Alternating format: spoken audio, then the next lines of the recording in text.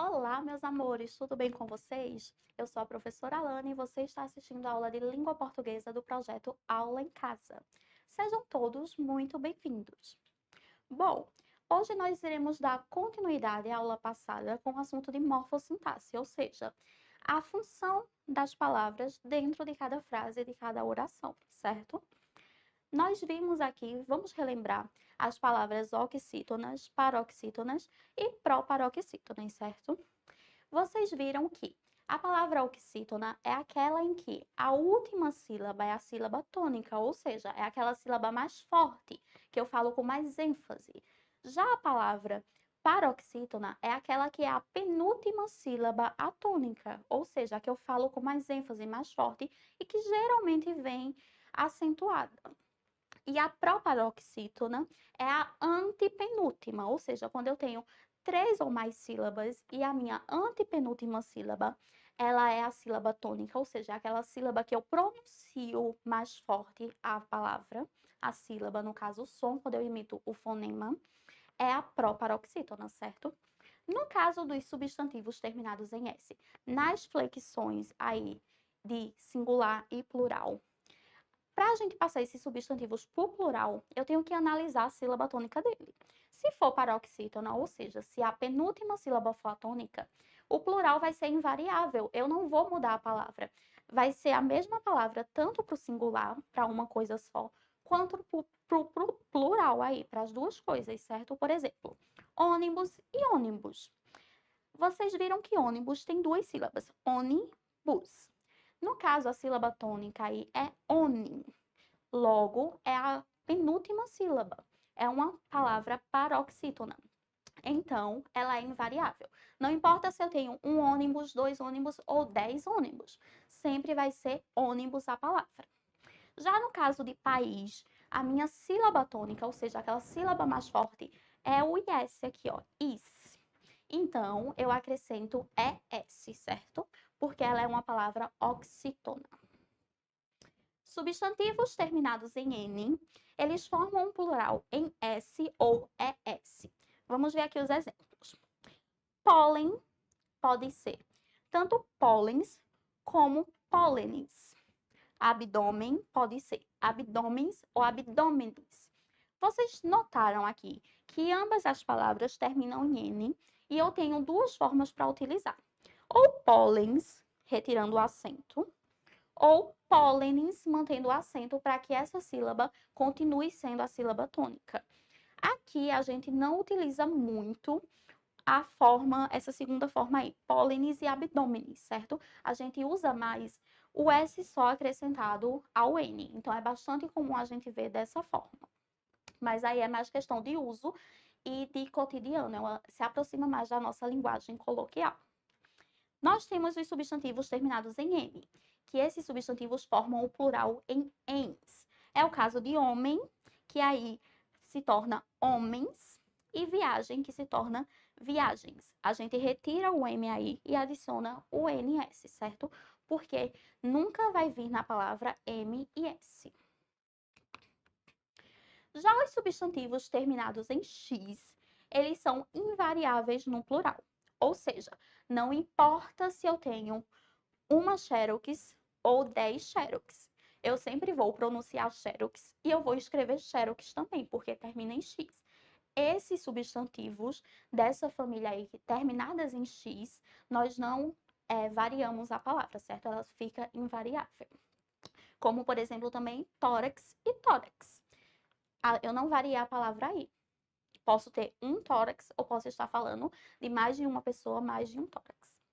Substantivos terminados em ão, eles têm três variações. Ons, ãos e ãos. Vejam só. Eleição. O plural de eleição é eleições. O plural de pão é pães. E o plural de cidadão, cidadãos. Como eu vou saber isso, professora? Bom, não tem uma regra específica. Alguns gramaticistas, eles tentaram classificar, categorizar esse grupo de acordo com a sílaba tônica, de acordo com a consoante, com a vogal anterior, mas não é possível porque há muitas invariedades. Logo, o mais indicado a se fazer é a prática. Eu não vou dizer para você decorar, porque o sistema de decoreba acaba não sendo eficiente. Mas tudo aquilo que a gente pratica acaba ficando usual, porque acaba virando o nosso cotidiano. A gente se habitua às palavras. Então, sempre que você tiver dúvida, é bom você dar uma pesquisada, conferir, olhar numa gramática, certo? Mas é o que eu digo a vocês, pratiquem bastante, principalmente na escrita. Bom, nós também temos as flexões de grau do substantivo. Vocês viram que o substantivo, ele tem várias flexões.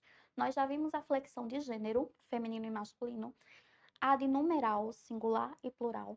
E agora nós veremos a flexão de grau, ou seja, aumentativo e diminutivo.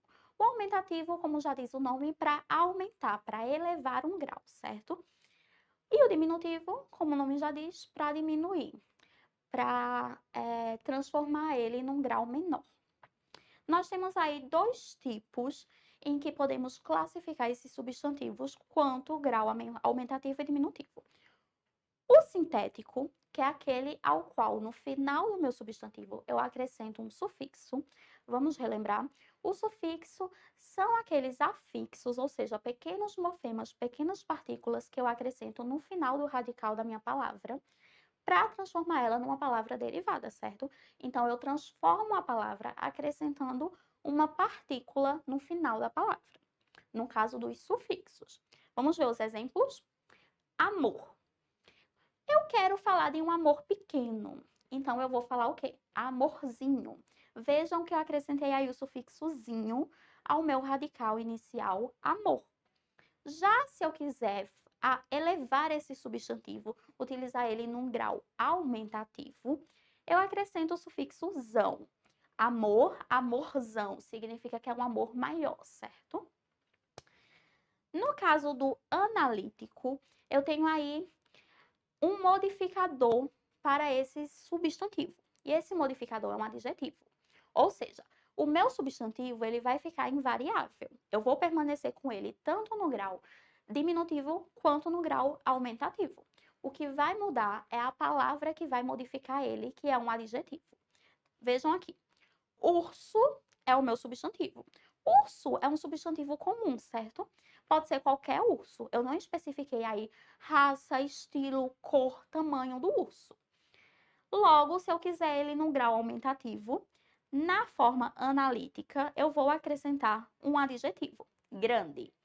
O urso aqui, ele não é mais qualquer urso, ele é um urso grande. Ou, se eu quiser colocar esse aumentativo no grau sintético, um ursão, certo? Eu acrescentaria aí um sufixo. Já no caso do grau diminutivo, analítico, eu acrescento o adjetivo pequeno, eu diminui o urso. Não é mais um urso comum, nem um ursão, nem um urso grande. Ele é um urso pequeno. Dessa forma, se eu quisesse utilizar esse urso no grau sintético, eu acrescentaria um sufixo na palavra. Ficaria ursinho, certo? Então, eu tenho duas formas aí de variar esse grau do meu substantivo. Ele pode vir tanto sintético com acréscimo do sufixo, quanto analítico aí, modificado por um adjetivo, certo? Que é o que vai dar o sentido dentro da minha frase, a minha semântica. Bom, logo nós vamos ver as duas questões básicas do porquê aprender substantivo. Entender as flexões dos substantivos é necessário para o entendimento de suas funções e do propósito de seu uso. Ou seja, se você quer que sua linguagem ela fique mais variável e que se adeque aos diversos contextos e que sua produção escrita aí ela tenha uma diversidade maior e passe realmente o propósito comunicativo que você quer emitir para o seu ouvinte, você tem que saber utilizar os substantivos corretamente e de todas as suas flexões. Os substantivos, eles estão presentes no nosso cotidiano. Como eu falei, tudo que você pode nomear, inclusive os objetos, são substantivos, certo? Os substantivos, eles estão presentes no nosso dia a dia, estão presentes no nosso corpo. O nosso corpo, por exemplo, é um substantivo, é algo que você pode ver, tem uma forma, tem uma fisionomia e você pode nomear. Mãos, olhos, cabelos, tudo substantivos. E principalmente na nossa produção escrita. Ou seja, não dá para você escrever um texto sem o uso de substantivos. E não é complicado de aprender, tá? Como vocês viram agora, ele tem diversas variações, mas que com a prática a gente consegue se adequar a elas. Bom, essa foi a nossa aula de hoje. Espero que vocês tenham gostado. Um beijo e até a próxima aula.